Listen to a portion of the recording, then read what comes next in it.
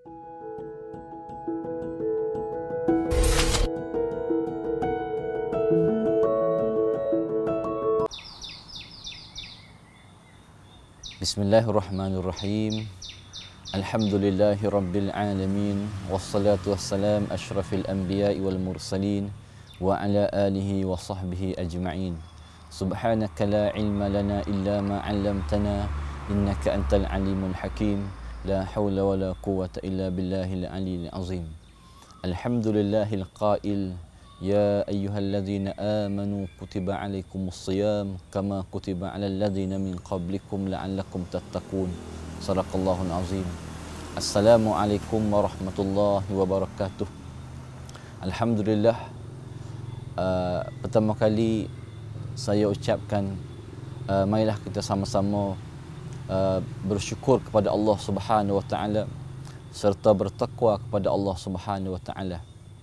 Alhamdulillah, kita berada dalam bulan yang mulia, di hari yang mulia ini, dalam ruangan dek klinik, iaitu satu ruangan yang saya anggap jadi ruangan yang boleh nak rawat kehidupan, rawat jiwa seseorang yang beriman kepada Allah Subhanahu Wa Taala. Lebih-lebih lagi rawat panggil perubatan iman, perubatan jiwa bagi orang yang ingin kembali kepada Allah Subhanahu Wa Taala, ingin mencari keredaan Allah Subhanahu Wa Taala. Maka alhamdulillah, pusingan hari ini saya diberi amanah untuk menyampaikan panggil nasihat-nasihat khususnya kepada diri saya sendiri yang duk cakap ini, duk kecek ini, dan juga kepada penonton-penonton muslimin dan muslimat yang ada kat luar sana untuk ikuti ruangan-ruangan khususnya duk klinik pada hari ini. Alhamdulillah, kita berada pada bulan Ramadan, yang mana masa saya duk kecek ini 10 bulan Ramadan.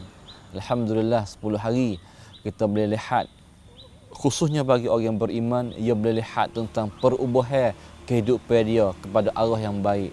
Maka bulan puasa, seperti mana saya baca tadi ayat Quran, yang mana kita selalu dengar sama-sama tiap-tiap kali mari Ramadan, sama ada daripada imam, daripada khatib, daripada mana-mana, bahawa kita sendiri pun yang membaca Quran, kita akan melalui ayat-ayat yang tersebut, iaitu ayat berkenaan dengan puasa. Menariknya sini, matlamat besarnya Allah Subhanahu Wa Taala mengfardukan kita kepada puasa, iaitu sebagai ataupun untuk kita menjadi seorang hamba yang bertakwa. Takwa ni Nabi SAW menegakkan kepada kita takwa yang sebenarnya Nabi pernah sebut kepada para sahabat, itu at-taqwa hahuna. Nabi ambil tangan dia ni, tuan-tuan, tak di hati.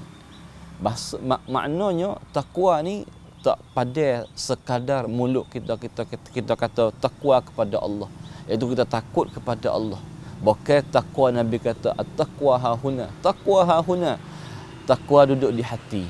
Maka terang kita cek hati, khususnya dalam bulan Ramadan. Saya rasa dan kita semua pun rasa bulan Ramadan tiba bila bukan sekadar Ramadan mari cari kita, bukan Ramadan masuk dalam kehidupan kita, bukan semua alam sekitar, dunia semua, apa yang ada atas dunia ni semua masuk dalam bulan Ramadan. Kalau kita perhati, banyak perkara, bahkan semua perkara yang ada keliling kita pun kita rasa sesuai untuk kita nak buat ibadat kepada bulan Ramadan. Sama ada dengan masa, sama ada dengan semangat yang kita rasa pada bulan Ramadan. Semua itu Allah Subhanahu Wa Taala amnu untuk kita buat kebaikan dalam bulan Ramadan. Bahkan Allah Subhanahu Wa Taala sebut, bahkan Nabi juga sebut, awal-awal timur pada bulan Ramadan, pintu syurga dibuka, bahkan pintu neraka ditutup. Tak pandai lagi, kadang-kadang Allah Subhanahu Wa Taala royak pula kepada kita, kita yakin kata bulan Ramadan ni bulan yang agak jadi peluang baik bagi orang-orang yang ingin kembali kepada Allah Subhanahu Wa Taala, bagi orang yang perlu kepada iman yang kuat kepada Allah Subhanahu Wa Taala. Masa inilah, waktu inilah sesuai untuk nak kembali kepada Allah, sesuai untuk nak menambahkan iman kita kepada Allah SWT. Sebab apa? Lain daripada pintu syurga dibuka, pintu neraka ditutup, bahkan syaitan, iblis pun semua dibelenggu oleh Allah SWT. Tuan-tuan yang dirahmati Allah SWT, manakah lagi peluang yang baik yang Allah bagi kepada kita untuk kita nak muhasabah diri, untuk kita nak insaf insafi diri, kembali kepada Allah, bahkan menambahkan iman kita kepada Allah lain daripada Allah bagi kepada kita pada bulan Ramadan. Maka hari ini saya nak kongsi sikit sebanyak. Kalaulah muslimin dan muslimat, kita ibaratkan Ramadan satu tempat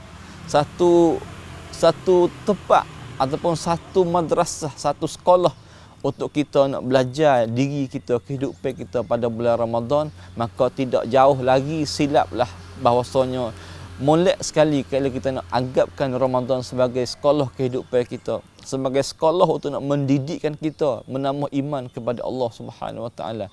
Kerana kalau kita ibaratkan bulan Ramadan sebagai satu sekolah untuk kita nak mengaji, betul-betul mengaji, betul-betul belajar untuk kita nak ubah iman kepada Allah, maka Allah telah memasukkan madah-madah dalam sekolah Ramadan, berbagai-bagai madah.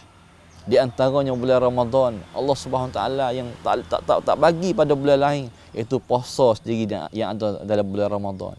Yang mana puasa bulan-bulan lain kita dianggapkan sebagai puasa sunat, tapi puasa dalam mana puasa yang wajib, bukan puasa yang lebih bisik lagi, sebab puasa dalam bulan Ramadan Allah sendiri yang akan catat kira puasa kita kepada Allah Subhanahu Taala, seperti mana hadis yang Nabi sebut yang belakang itu, wa ana ajzi bi.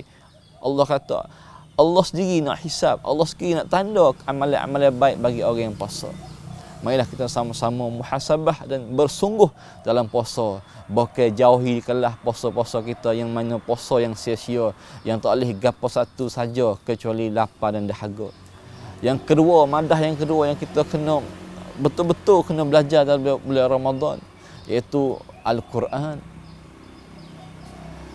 Bulan Ramadan digelar juga sebagai bulan Al-Quran.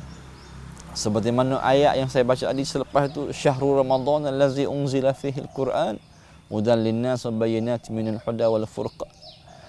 Bulan Ramadan bulan yang diturunkan Al-Quran. Tuan-tuan yang dirahmati Allah Subhanahu Wa Taala.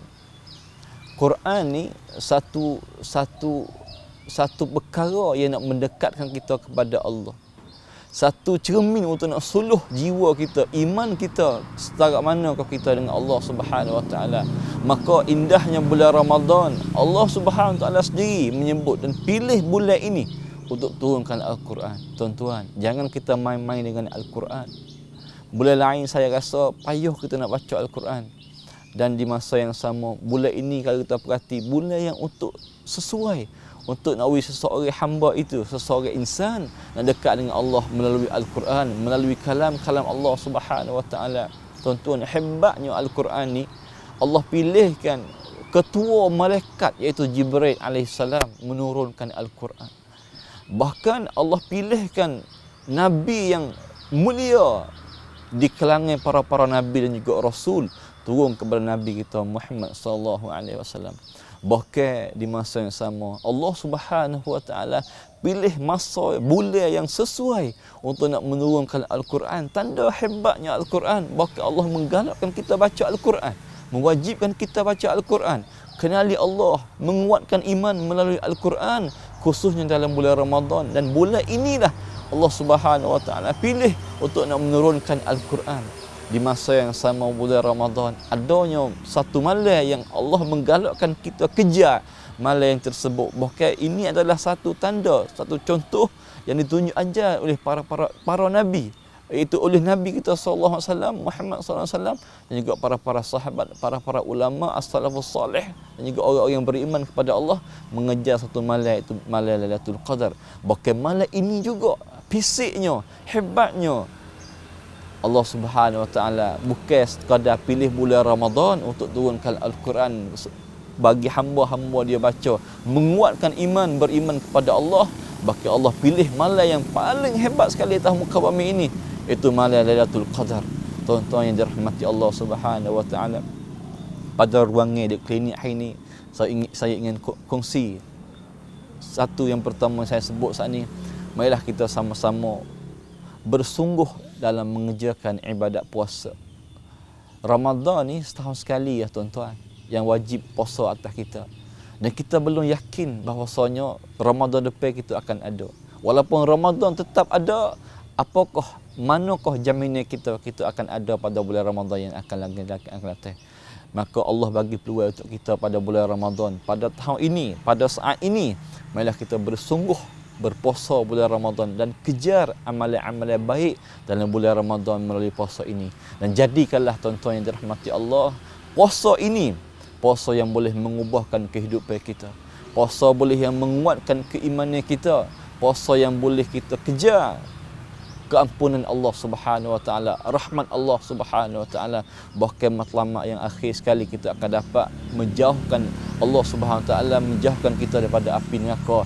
Yang mana semua itu kesimpulan semua itu kita puasa itu kita akan jadi orang yang bertakwa kepada Allah Subhanahu Wa Taala. Maka saya seru kepada diri saya sendiri dan juga tuan-tuan muslim dan muslimat yang ada kat luar sana, marilah kita sama-sama kejar Ramadan melalui ibadat-ibadat, khususnya puasa, yang mana bulan Ramadan sendiri ada ibadat-ibadat lain yang Allah menggalakkan kita. Sama ada baca Al-Quran yang saya sebut saat ni, semaya, qiyam, yang mana tarawih sendiri, yang mana kita kena sabar, kita kena qiyam, kita kena menguatkan iman kita. Walaupun ada semangat, ada kehidupan kita yang mana kita perlu kena buat, saya seru kita carilah masa, kita ubahlah masa kehidupan kita untuk ada masa dengan Allah Subhanahu Taala. Akhir sekali saya ingat kata-kata para ulama, satu kalimah yang ada pada bulan Ramadan. Tuan-tuan yang dirahmati Allah Subhanahu Taala, muslimin dan muslimat yang ada kat luar sana. Kalau kita tak boleh rebut Ramadan untuk ubah kehidupan kita, kalau kita tak boleh rebut bulan Ramadan untuk cari keberkatan, cari rahmat Allah dalam bulan Ramadan, kita tak usah haraplah nak cari rahmat Allah, nak ubah diri daripada bulan-bulan yang lain. Maka sini saya seru akhir sekali, marilah kita sama-sama menjadikan bulan Ramadan bulan yang mengubah kehidupan kita, menguatkan keimanan kita kepada Allah Subhanahu Wa Taala. InsyaAllah kita akan jadi orang yang berjaya dunia dan juga akhirat. Dan selaku kita kembali kepada Allah, selaku orang yang bertakwa kepada Allah Subhanahu Wa Taala, seperti mana Allah ingin memfardukan puasa tak lain tak bukan untuk menjadi hamba dia yang beriman kepadanya, menjadi seorang hamba yang bertakwa kepada Allah Subhanahu Wa Taala. Aqulu qawli hadza wa astaghfirullahal azim li wa lakum. Assalamualaikum warahmatullahi wabarakatuh.